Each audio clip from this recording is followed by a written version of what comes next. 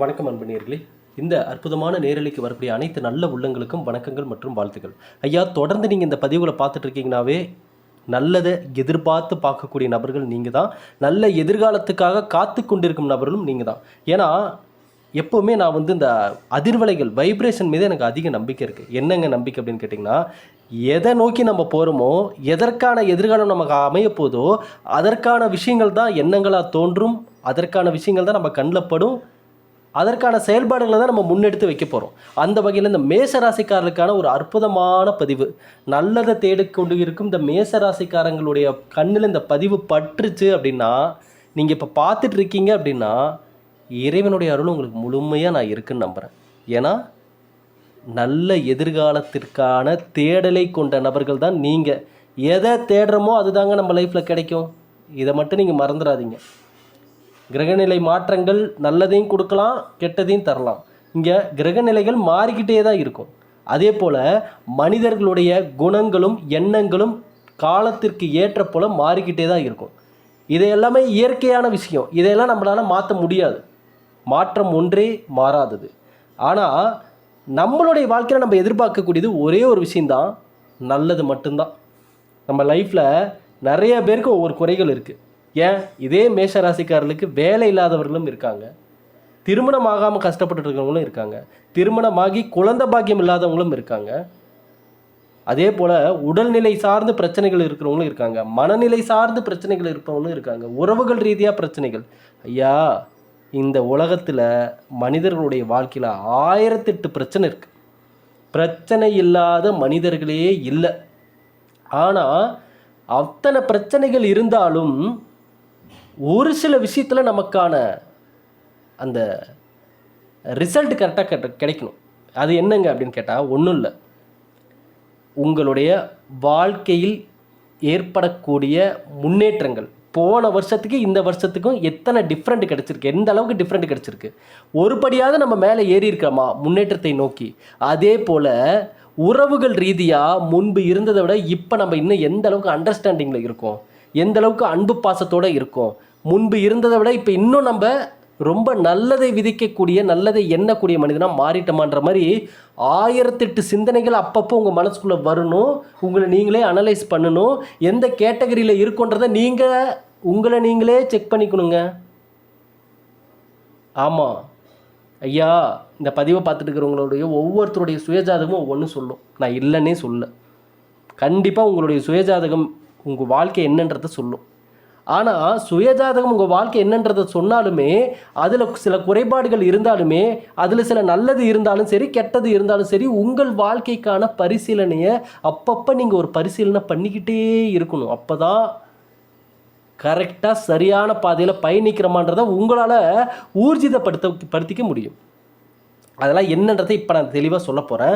அதனால் இந்த பதிவை ஸ்கிப் பண்ணாமல் முழுமையாக பாருங்கள். பார்க்குறதுக்கு முன்னாடி ஒரே ஒரு விஷயத்த சொல்லிடுறேன். இந்த மூலிகை சாம்பிராணி நம்ம கொடுத்தோம். இது நான் திரும்பவும் சொல்லிடுறேன், தெளிவாக சொல்லிடுறேன். ஐயா, இந்த மூலிகை சாம்பிராணி நீங்கள் கேட்டது தான்.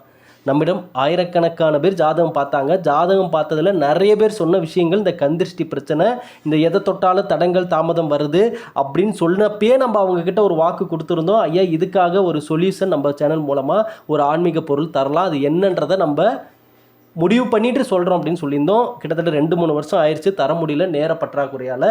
இப்போ அதற்கான நேரம் கிடைச்சது கடவுளுடைய அருளால். அந்த சாம்பிராணி இதில் ஆட் பண்ண மூலிகைகள் என்னென்னலாம் ஆட் பண்ணியிருக்கோம், என்னென்னலாம் சேர்த்து இதை தயாரிச்சிருக்கோம், அந்த மூலிகைகள் மனிதனுக்கு நல்ல அதிர்வலைகளை தரக்கூடிய மூலிகைகளாக இருக்கணுன்றதுக்காக தான் அதெல்லாம் சேர்த்து எந்தெந்த மூலிகைகள்ன்றதை இப்போ பேக்கிங் பண்ணி அனுப்புகிறவங்க எல்லாத்துக்குமே நம்ம லேபிள்லேயே மென்ஷன் பண்ணி அனுப்பிட்டுருக்கோம். சக்தி வாய்ந்த மூலிகைகள் செலக்ட் பண்ணி எடுத்து காய வச்சு அரைச்சி தான் கொடுக்குறோம். இதை வேறு எந்த மேஜிக்கும் கிடையாது. சரிங்களா? நல்ல அதிர்வலைகளை தரக்கூடிய மூலிகைகள் ஒன்று சேர்ந்து நல்ல மனசோடு தயார் பண்ணி தரோம். அவ்வளோதான். ஐயா, இங்கே 10 பாத்திர கடைகள் இருக்கும், 10 நகை கடைகள் இருக்கும். ஆனால் ஒரு நகை கடையில் மட்டும் எப்போவுமே கூட்டம் அதிகமாக இருக்கும். ஏன்னா அது கைராசியான கடையாக பார்க்கப்படும். அங்கே போனால் அடிக்கடி நம்மளுக்கு தங்க நகை வாங்கிறதுக்கான யோகம் உண்டாகும் அப்படின்னு நினச்சி போவாங்க. அதே மாதிரி அவங்களுக்கு நல்ல மாற்றம். அதே மாதிரி தான் இங்கே 1008 ஆன்மீக பொருட்கள் இருக்குது. ஆனால் நம்மக்கிட்ட வாங்கினவங்க தான் திரும்ப திரும்ப வாங்கிட்டு இருக்காங்க. அந்த மாற்றங்கள் தெரியுதுன்னு சொல்லி. அதை நான் சில பதிவுகளில் அவங்க அனுப்பின வாய்ஸ் ரெக்கார்டும் உங்களுக்கு நான் லைவாகவே ப்ளே பண்ணி காட்டினேன். இப்போவும் சொல்கிறேன், இதை நான் வியாபாரத்துக்காக எல்லோரும் வாங்கணுன்றதுக்காக இதை நான் சொல்லலைன்றதை நான் தெளிவுபடுத்தி சொல்லிக்கிறேன். ஏன்னா இங்கே சில நபர்கள் கமெண்ட் செக்ஷனில் இது என்ன நீங்கள் சாம்பிராணி விற்கிறதுக்காக இதெல்லாம் சொல்கிறீங்களான்னு கேட்குறேன். ஐயா, தொடர்ந்து பதிவை பார்க்கக்கூடிய நபராக இருந்தால் இந்த கேள்வியே உங்களுக்கு வராது முதல்ல. சரிங்களா? எதற்காக கொடுத்தோம், நீங்கள் கேட்டால் தான் நம்ம கொடுத்துருக்கோம் அப்படின்றது எல்லாமே தொடர்ந்து பார்த்தவங்களுக்கு தெரியும். ஆகையால் இது கண்டிப்பாக இந்த சாம்பிராணி எல்லோரும் வாங்கிக்கணுன்றலாம் நான் சொல்லவே இல்லை. விருப்பப்படுற உங்கள் ஆள் மனசு சொல்லும், உங்கள் உள் மனசு சொல்லும், உறுத்தும், வாங்கணும்னு தோணும். உங்கள் ஆள் மனது சொல்வதை கேளுங்க. இந்த பதிவை பார்க்குறவங்க எல்லாத்துக்குமே ஆள் மனசு சொல்லும், வாங்கலாமோ வாங்கி பார்க்கலாமோன்னு தோணும். ஒன்று வாங்கினீங்கன்னா தொடர்ந்து வாங்குவீங்க. ஏன்னா அந்த நல்ல அதிர்வலைகளை நீங்கள் பார்ப்பீங்க. சரிங்களா? சரிங்க, இப்போ மேசராசிக்காருக்கான இந்த விஷயத்தை நம்ம சொல்லிடலாம். ஐயா, புதுசாக ஆர்டர் பண்ணணும்னு நினைக்கிறவங்க 93453977 இந்த நம்பர் தயவு செஞ்சு நான் டிஸ்கிரிப்ஷன்லேயும் தரேன், பார்த்து கரெக்டாக சேவ் பண்ணிக்கோங்க. மாற்றி சேவ் பண்ணிட்டீங்கன்னா வேறு யாருக்காவது மெசேஜ் போயிடுது, வேறு யாருக்காவது கால் போயிடுது. தயவு செஞ்சு மற்றவங்களை யாரையும் டிஸ்டர்ப் பண்ணாதீங்க. நான் தெளிவாக சொல்லிடுறேன். நம்பரை பாஸ் பண்ணி வீடியோ பாஸ் பண்ணி தெளிவாக நோட் பண்ணி சேவ் பண்ணிக்கோங்க. கால் பண்ணிங்கன்னா கால் போகாது, வாட்ஸ்அப்காக மட்டும்தான் இந்த நம்பர். சரிங்களா? சரி, இப்போ நம்ம ரொம்ப நேரம் பேச வேணாம், மேசராசிக்காரர்களுக்கான விஷயத்தை பார்ப்போம். மேசராசிக்காரர்கள் என்னங்க நடந்துகிட்ருக்கு? ஐயா, நான் ஒன்று சொல்லட்டுங்களா? மேசராசிக்காரர்கள் நாட்கள் ஆக ஆக குழப்பங்கள் அதிகரிச்சுக்கிட்டே போகுது. ஆமாம், வேலை ரீதியாக ஏமாற்றத்தை பார்த்துருக்கீங்க. கடந்த 7 மாதத்துக்குள்ள வேலை ரீதியாக ஒரு ஏமாற்றத்தை பார்த்திருப்பார்கள் மேசராசிக்காரர்கள். ஆமாவா இல்லையான்றதை நீங்களே கமெண்ட் செக்ஷனில் சொல்லுங்கள். ஒன்று வேலையில் ஏமாற்றம், அதாவது வேலை போயிருக்கும், இல்லைன்னா வேலை ஏண்டா இந்த வேலைக்கு போகிறோன்னு மன திருப்தி இல்லாத ஒரு வேலைக்கு போயிட்டுருப்பீங்க. சூழ்நிலைகள் இந்த நேரத்தில் உங்களை கையாளும். மேசராசிக்காரர்களை சூழ்நிலைகள் கையாளும். இந்த நேரத்தில் நீங்கள் உங்கள் இஷ்டத்துக்கு இந்த நேரத்தில் முடிவெடுத்தோ நீங்கள் நினச்சதை பண்ணக்கூடிய சூழ்நிலையாகவோ இது இருக்காதுங்க. மேசராசிக்கார நண்பர்களே, சூழ்நிலைக்கு தான் உங்களை வழி நடத்தும். சூழ்நிலை காரணமாக தான் ஒவ்வொரு விஷயத்தையும் பண்ணிகிட்டு இருப்பீங்க. என்னடா பண்ணுறது, நம்ம தலையெழுத்து அப்படின்ற மாதிரி தான் உங்கள் லைஃப் ஸ்டைல் இப்போ போயிட்டுருக்கு. சரியா? ஆனால் மேசராசிக்காரர்கள் யார், அடிப்படையில் இவங்களுடைய குணங்கள் எப்படி இருக்கும், பண்புகள் எப்படி இருக்குன்றதை நம்ம இதுக்கு முன்னாடியே சில பதிவுகளில் சொல்லியிருந்தோம்.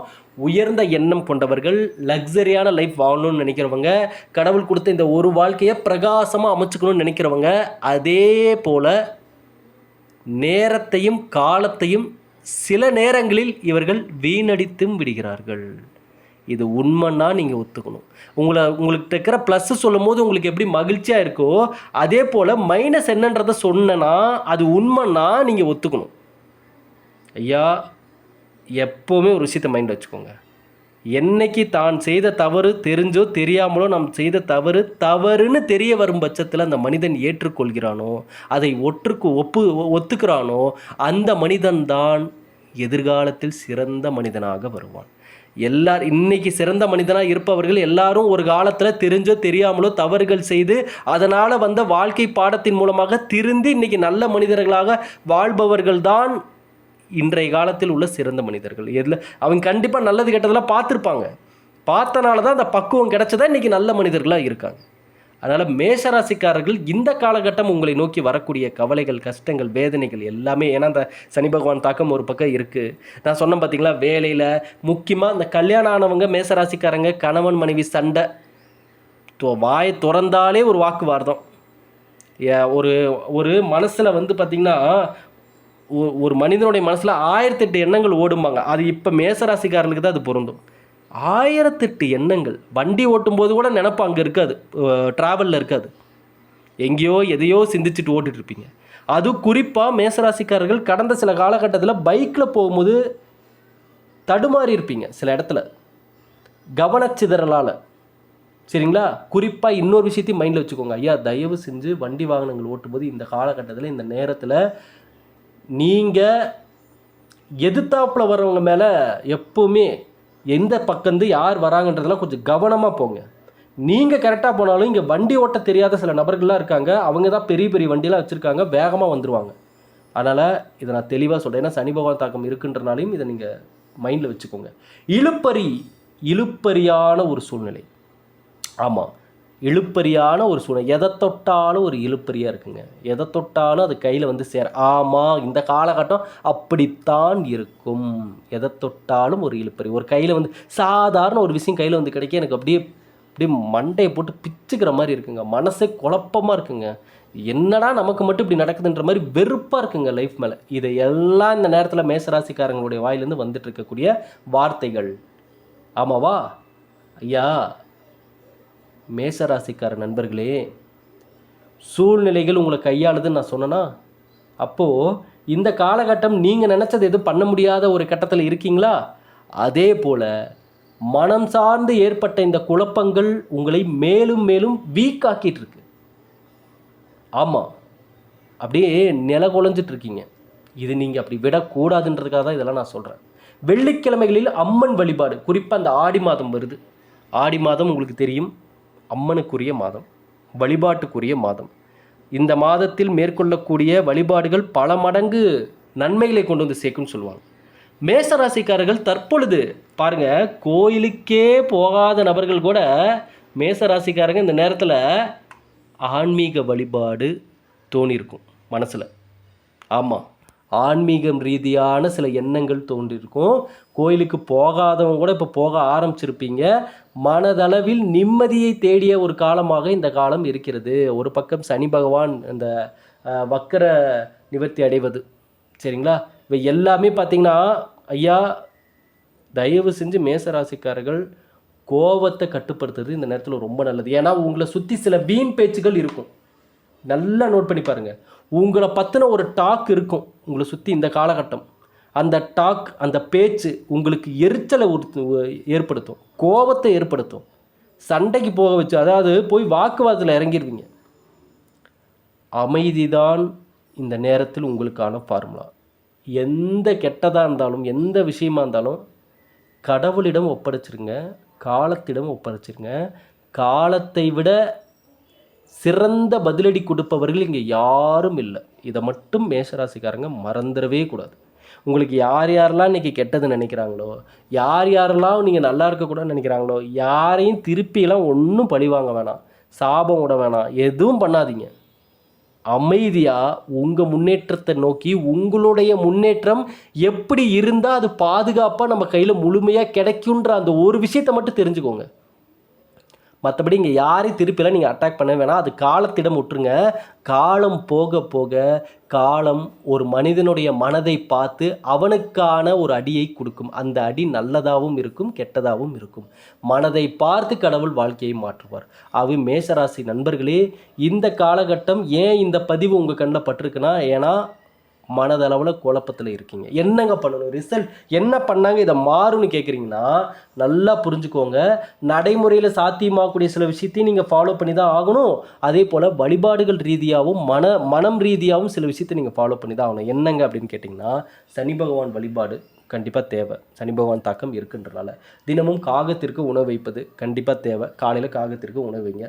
அதே போல் குலதெய்வ வழிபாடு மாதத்திற்கு ஒரு முறையாவது குடும்பத்தோட குலதெய்வ கோயிலுக்கு போயிட்டு வாங்க. அதே போல் இதெல்லாம் வழிபாடு ரீதியாக சொல்லணும். இனி நடைமுறையில் பார்த்தீங்கன்னா, ஐயா கடன் பிரச்சனை இருக்கக்கூடிய நபராக இருந்தீங்கன்னா சரிங்களா, முருகன் வழிபாடு வேணும். அதே போல் கடன் தயவு செஞ்சு ரொம்ப இக்கட்டான சூழ்நிலை வாங்கி தாங்க ஆகணும்னா மட்டும் வாங்குங்க. இல்லைன்னா தயவு செஞ்சு கடனை தவிர்த்து விடுவது நல்லது. இல்லைன்னா அது மேலும் மேலும் இன்னும் வரக்கூடிய காலகட்டத்தில் உங்களை ரொம்ப வாட்டி வதச்சிரும். சரிங்களா? அடுத்த சில விஷயங்கள் என்னென்ன நீங்கள் ஃபாலோ பண்ணணுன்னா, மேசராசிக்காரங்களை பொறுத்தளவுக்கு இப்போ நீங்கள் எடுக்கக்கூடிய எந்த முயற்சியும் வெளியே சொல்லாதீங்க. இந்த காலகட்டம் நல்லா புரிஞ்சுக்கோங்க. அகலக்காலும் வைக்கக்கூடாது. தெளிவாக புரிஞ்சுக்கோங்க. அகலக்காலும் வைக்கக்கூடாது. நான் இந்த டைமில் நான் போய் ஐயா உங்கள் சுயஜாதகத்தை பார்த்துக்கோங்க, தயவு செஞ்சு பார்த்து இந்த காலகட்டத்தில் இதெல்லாம் பண்ணலாமான்றதை நீங்கள் பார்த்துக்கோங்க. இப்போ நான் சொல்கிறது எல்லாமே பொதுவான பலன்கள் படி பார்த்தீங்கன்னா, மேசராசிக்காரங்க இந்த காலகட்டம் கண்களை மூடிக்கொண்டு பெரிய அளவுக்கு இன்வெஸ்ட்மெண்ட் பண்ணுறேன்னு யாரையும் நம்பி பணத்தை போட்டுறாதீங்க. சரிங்களா? இந்த நேரத்தில் நீங்கள் பண்ணலாம். பிஸ்னஸ் எப்படி பண்ணணுன்னா நல்லா புரிஞ்சுக்கோங்க. குறைந்த முதலீட்டில் அதிகம் லாபத்தை தரக்கூடிய விஷயங்களில் தான் நீங்கள் பிஸ்னஸ் பண்ணணும். அதே போல் கூட்டு தொழில், அதை நான் சொல்லணுன்னே அவசியம் இல்லை. மேசராசிக்காரர்கள் பெரும்பாலானோருக்கு கூட்டு தொழில்னு போய் நின்னா உங்களை தான் பயன்படுத்தி பார்த்துருப்பீங்க. ஆமாம், உங்களை பயன்படுத்தி தான் அவங்க முன்னேறிட்டு இருப்பாங்க. உங்களை ஏதோ பண விஷயத்துக்காகவோ இல்லை வேலை விஷயத்துக்காகவோ தான் உங்களை பார்ட்னராக வச்சுருப்பாங்களே ஒழிய, மற்றபடி முழுமையான முன்னேற்றத்திற்கு ஒரு கூட்டாளியாக பெரும்பாலும் மேசராசிக்காரர்களை பார்ப்பதில்லை. இதனால தான் இவங்க அந்த கூட்டு தொழிலே பாதியிலே வெளியே வரக்கூடிய சூழ்நிலைக்கு தள்ளப்படுறாங்க. சரிங்களா? அதே போல் இன்னொரு விஷயம் என்னென்னா, ஐயா மேசராசிக்கார நண்பர்களே, திருமணம் ஆகிய நண்பர்களே, வாக்குவாதத்தை தவிர்த்துருங்க. இந்த நேரம் பேச வைப்பாங்க, கோபப்பட வைப்பாங்க, கண்டிப்பாக பேச வைப்பாங்க. உங்களை சுற்றி சில விஷயங்கள் உங்களை டிப்ரெஷன் ஏற்றும், கோபத்தை ஏற்றும். வாய் விட்டுறாதீங்க, வார்த்தைகளை விட்டுறாதீங்க.